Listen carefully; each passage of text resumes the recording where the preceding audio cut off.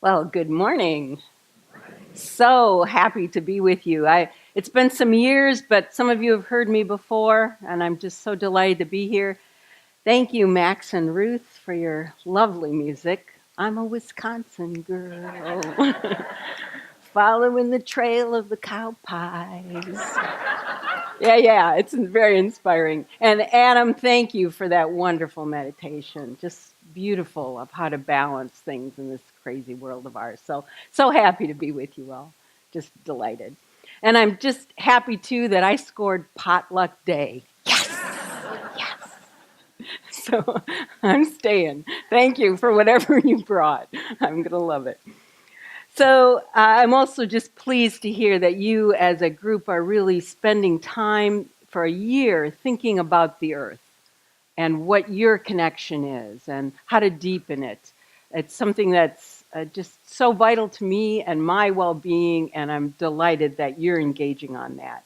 And I trust that your engagement with the earth is going to change you in the ways it's changed me. So just a little bit on my background, just so you know, as I talk about a trip I took to the Andes, to Ecuador, and had a chance to learn some really important spiritual things there. Just a bit about me. I am always a spiritual seeker from as long as I can remember, and that propelled me into seminary because that's what I knew, right? It's the practice, the Judeo-Christian practice that I grew up in, and I wanted more of it. I just really wanted to be able to explore all that uh, the cosmos, the theology could bring me.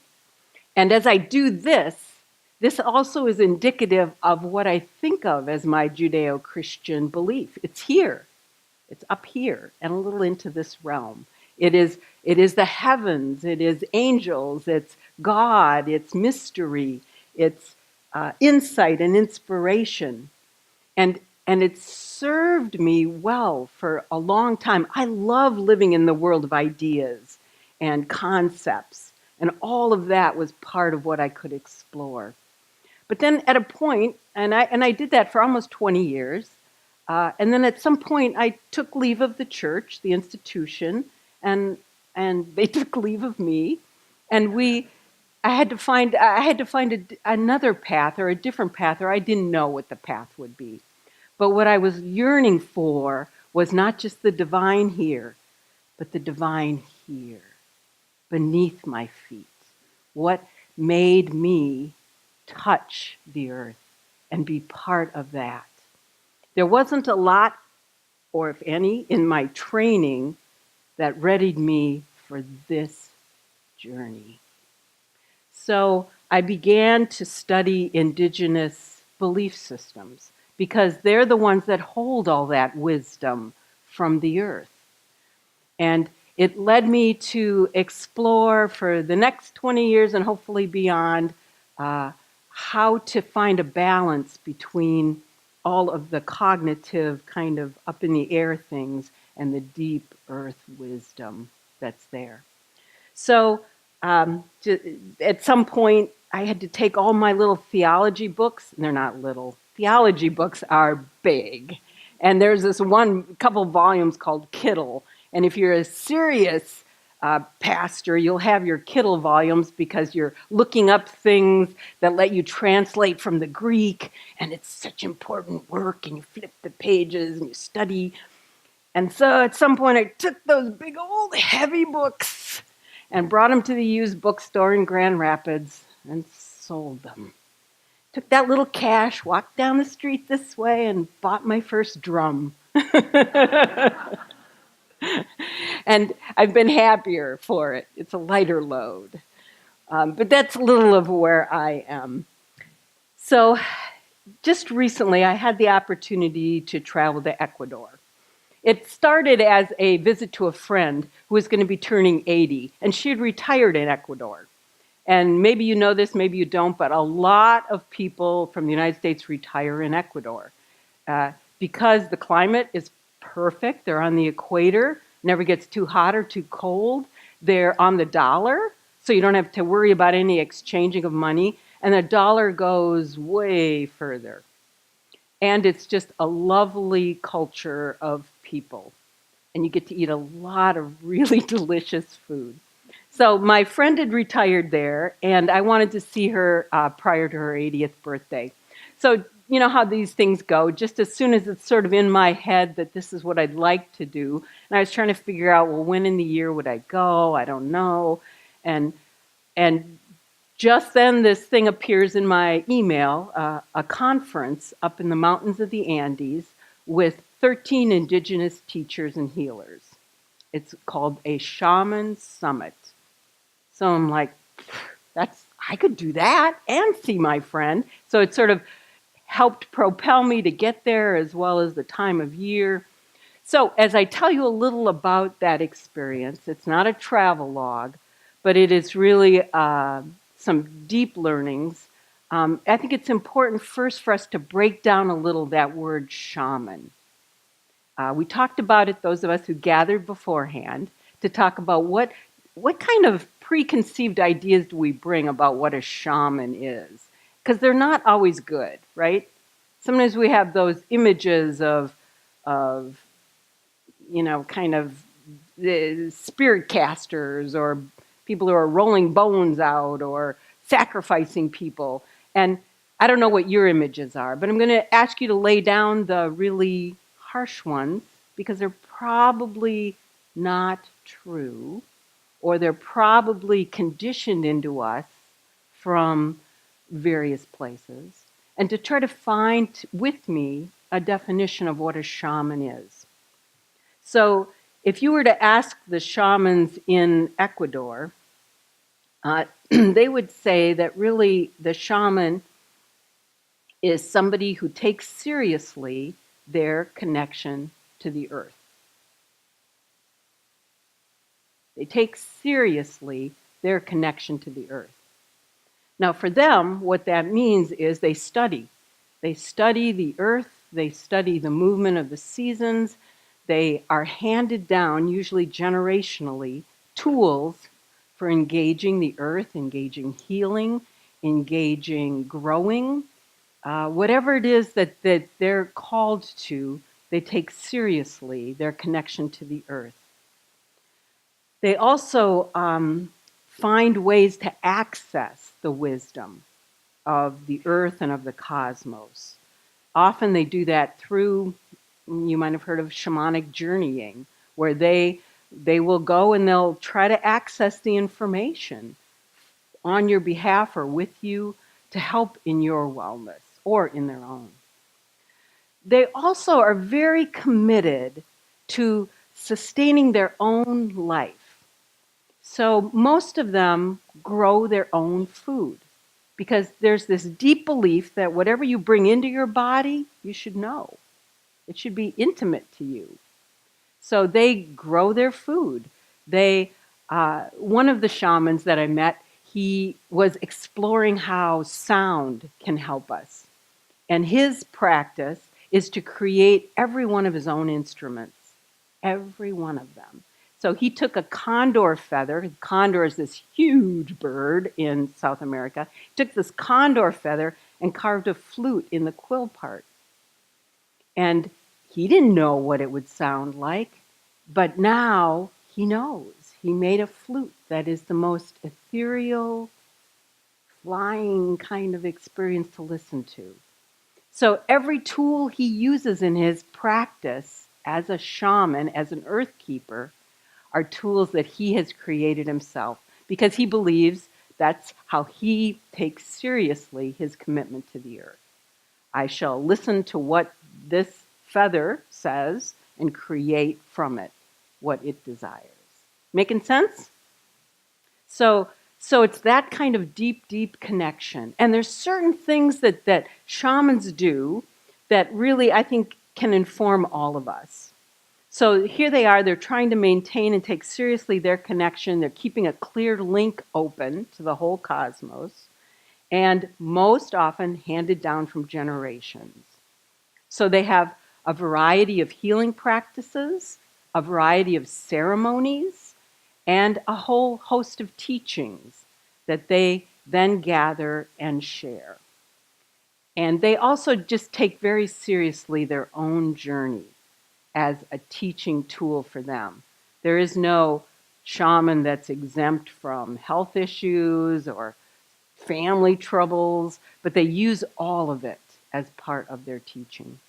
So here's a few points from them as to things that are important to maintain a link to the earth. So a gift to you from the shamans of the Andes. One of the main things they say is that seeds are sacred. Seeds are sacred. And so if you were entering this space and I were an Ecuadorian shaman, I would have created up in front a huge mandala adorned with stalks of dried corn and squash and any apples that I still had in storage and maybe some sweet potatoes and seeds everywhere would just create this beautiful altar space. Because they believe that if every day we think about a seed, every day we have potential for something new to emerge in our life. So not only should we look at seeds, but every day we should eat them. Because it's a way of giving our body the knowledge that we need something new, that something new is possible. So seeds, extremely sacred, both for their beauty as well as for what they teach us every single day. So the shamans also, whenever they're going to engage in a teaching or a ceremony, they ask permission of the mountains.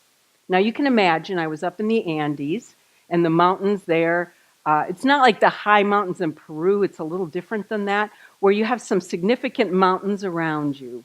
And they love their mountains. Each mountain has a different characteristic and a different kind of wisdom that they bring to the shaman. So before they do any teaching, they would ask permission of the mountains because the mountains are watching everything. They're guiding everything. So before they would teach, they would ask the mountains, may I teach this? And if the mountains say yes, then you're good to go. If the mountains say no, then you find something else. How they listen to the mountains, I'll let you imagine that. So when I come back from there, I think, I'm going to ask the mountains. Shoot, we don't have any mountains. But what do we have that's sacred? Right there. We have Lake Michigan. Probably one of the most sacred, amazing bodies of water that we could imagine. What would it be like if you and I, before we engaged in some spiritual practice, asked permission of the lake? Should I do this? Is this the right thing? Help me learn. And let the lake inform us. I just love that idea. So that's been my practice since I've returned. I asked the lake, you can think I'm woo-woo if you want. I asked the lake, may I speak about these things? And the lake said, let it flow. This wisdom from the indigenous people is so important to our wellness and our healing. So the sacredness of what surrounds us, seeds, sacredness. The next thing that they taught me was that, in particular, waterfalls were sacred. Now, if you can imagine being up in the mountains, right? There's waterfalls coming down everywhere. And they are constantly thanking, it's cascades is the word in their Spanish language, the cascades, for reminding them of all of the different ways that water can move in our lives. So on the solstice, I happened to be there on the summer solstice, which is the day when the sun is at its biggest, as we're now just a couple days away from the winter solstice when the sun is at its minimum. But when you're at the equator, it's hard to celebrate the summer solstice because the sun is like the same all the time. They don't have these long, dark seasons that we have, but they do have points when the whole culture celebrates the sun being as close as it can be, because the sun is all of the vital energy. So at the summer solstice, indigenous people, not just the shamans, you and I, if we lived there, would hike to a waterfall somewhere along that week of the solstice. And with us, we would carry offerings to the waterfall. And the offerings could be anything. It could be a little bundle of seeds. It might be some evergreen boughs, whatever it is that we want naturally to offer. And we would go hike up to a waterfall, and we would place our offerings in the water. And it was wonderful to see whole families hiking up the path with us to a waterfall, with carrying their little boughs of greenery, and everybody placing them in the waters where the cascades come down. If we could engage in something like that regularly, once a year, go to the waters and offer our gratitude, I think it changes us. It's an understanding that everything is changing when you watch the waterfall and the power and the movement, and you say, thank you, and you ask for what you need and you place your offering in.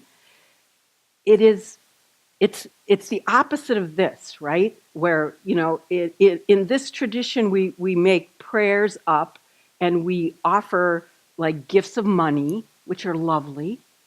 But here, it's this offering to what's beneath our feet and what's ancient and what flows forever. It changes us when we do it. So seeds, asking permission of what's sacred, doing something like hiking to a waterfall or making an offering. And the next thing that was very sacred to them was the sun. Every morning, you practice greeting the sun. Now, you might not get up right at the sunrise, but the moment you step out your door, if you don't stop to take a deep breath and acknowledge the sun, there's just something imbalanced about your day. It's an important piece of living. And the shamans will actually do a variety of I think of them almost as a Tai Chi exercise where, you're pulling sun in to your heart and releasing it out. So that you're actively engaged in greeting the day. And it's so important. The energy, the sun, helping everything grow, move, be, and just taking that moment to say, yes, I see the sun, even though in Michigan, you rarely see her. It's still that acknowledgement at the start of a day. It can change us to engage in those things. And the last kind of teaching of theirs is that reciprocity is everything. It's core. So what is reciprocity? In our culture, there's a lot of taking. We've taken resources, and we still do. I do too. I drove my car here. You take the resources, and sometimes we just don't give back. I mean, when you fill up your gas tank, it's a great moment of ritual to say, thank you, Earth, for giving the fossil fuels that fuel me to get here to talk about this. Just a moment of it, just a moment of gratitude. Because reciprocity is everything. You can't take without giving something in return. If you do, you're out of balance. Just out of balance. So in shamanic worlds, if a shaman is providing you a teaching, you give something in return. Today you're giving me a potluck. Yay! That would be a very appropriate exchange. It's just so important that we think of these things. It's hard in our culture because things get so separated and alienated. But no matter what situation you walk into, to be able to offer your thanks, your gratitude, a small gift or token can change the world. And I'm serious about that. And a shaman would never enter a situation without a sense of reciprocity. Not only that they have something to teach, but that you have something to give, that you will be interchanging it. And it's the same with the earth. It's the same with the sky. Reciprocity. Don't ever take without giving in return. Don't ever give without also receiving. Some of us err on that way, right? Sometimes people give too much. So just let it balance. Feel that. So those are some of the wonderful teachings from the Andes that I found really helpful. But I want to share one more, which was a very specific teaching from one of the shamans, the elders there. He had studied the condor. Now, I don't know if you know, does anybody know anything about a condor? They're big. How big are they? 11 feet. They're huge. They're way bigger than I can do with my body. They're huge, the condor. And they are South America's symbol, right? The condor. They're beautiful. They're huge. They're in the family of scavengers. Yeah, they're big. So we here in North America, we have the eagle, right? That's kind of our symbol, and they have the condor. So there's this really ancient prophecy among the Inca. And this prophecy kind of started to surface in a more public way about in the 1980s. And the prophecy was that when the condor and the eagle fly together, a new age can emerge. So it was about in the 1980s that some of the indigenous people, they were starting to get together to dialogue about some of the prophecies because they were well aware that the earth was suffering. And they were wondering which of their prophecies need to be more public because indigenous people, as you can imagine, hold pretty private a lot of the teachings because of history, what's been done to their teachings. So they were gathering and they were like, well, what does this prophecy mean? And they would talk about it. And finally, it seemed clear to them that it meant that when South America and North America could find a common way to be together, to fly together, the condor and the eagle, that maybe then a new age would emerge. So this particular shaman has explored what is condor wisdom. And he had some things to say to us about our eagle wisdom and how we might open up a little more. So condor is associated with the heart. Eagle is associated with the mind. And when the two can come together, then a new age could emerge. So imagine the condor, which simply glides. It doesn't flap its wings. It always chooses where it's going to land based on knowing it has to be able just to lift its wings and take off from there. It always chooses where it lands based on thinking about where it's going to go next. So, we in North America, we're much more like this. How can we get to the next thing as quickly as we can? We flap and flap and flap, and we are so mind busy, aren't we? Oh my goodness, we just work ourselves into such a state. And when we can move into our heart, into that condor wisdom, and just sort of open ourselves to gliding, it can change everything. Now, in South America, they also know, I'm sure people on Facebook are loving this here. And in South America, they know they need to learn a little from us too, that just living in your heart sometimes can be a little too hard, and you need a little of that mind. But in general, we've over-aired on our mind, and we just need to glide a little more. So he was teaching us some of these teachings, and it starts to, when you're being taught things, you do move into your head. So at some point he's like, we got to stop this. We got to get out of our heads. So we all had to go out of our little conference area outside onto the grounds. And he was having us spread our wings And you could just feel, as I do this, you can kind of see my heart opens, right? So we're all out there, all 30 some of us, spreading our wings and opening our hearts and thinking about the condor, and he's guiding a meditation. And sure enough, 7 condors. I hadn't seen one yet in South America. 7 condors. Now, coincidence, magic, shaman calling them in, it doesn't matter to me. It was a blessing that here we were trying to get out of our heads, and they showed up and helped. Glide a little less, move into our hearts.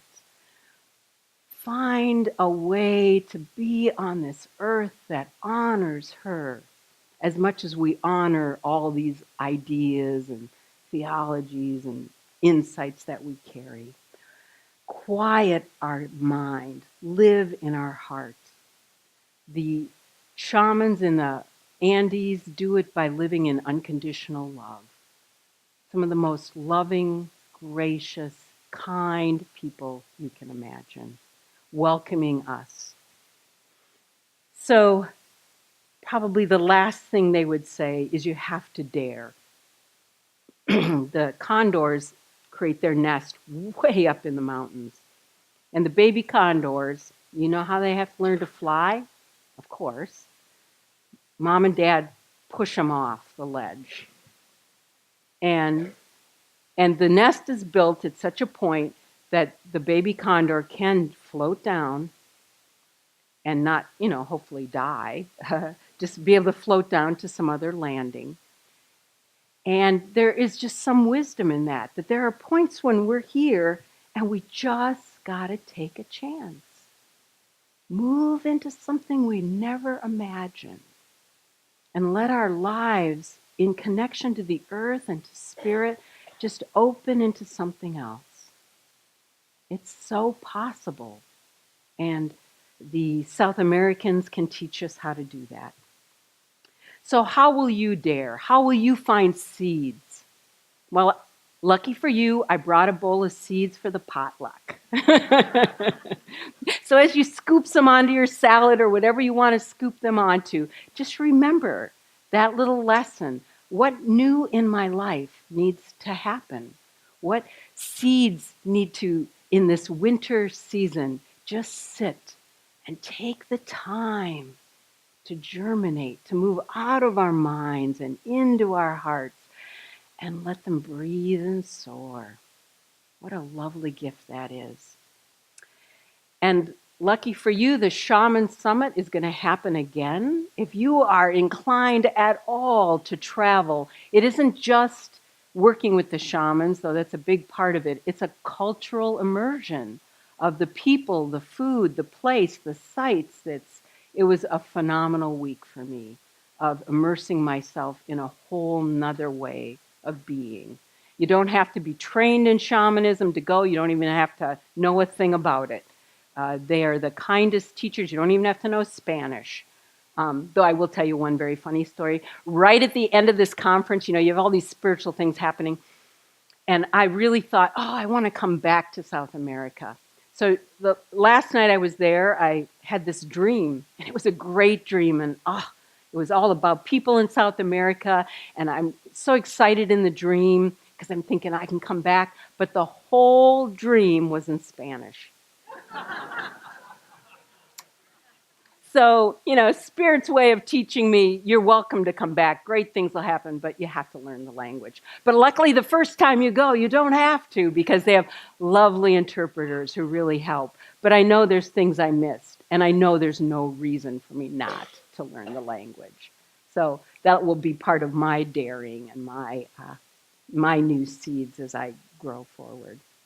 So may the blessings of the Andes and the shamans be with you. May the beautiful lake continue to inspire you. And may you find ways to move from our mind to our heart as we enter this dark season together. Thank you so much.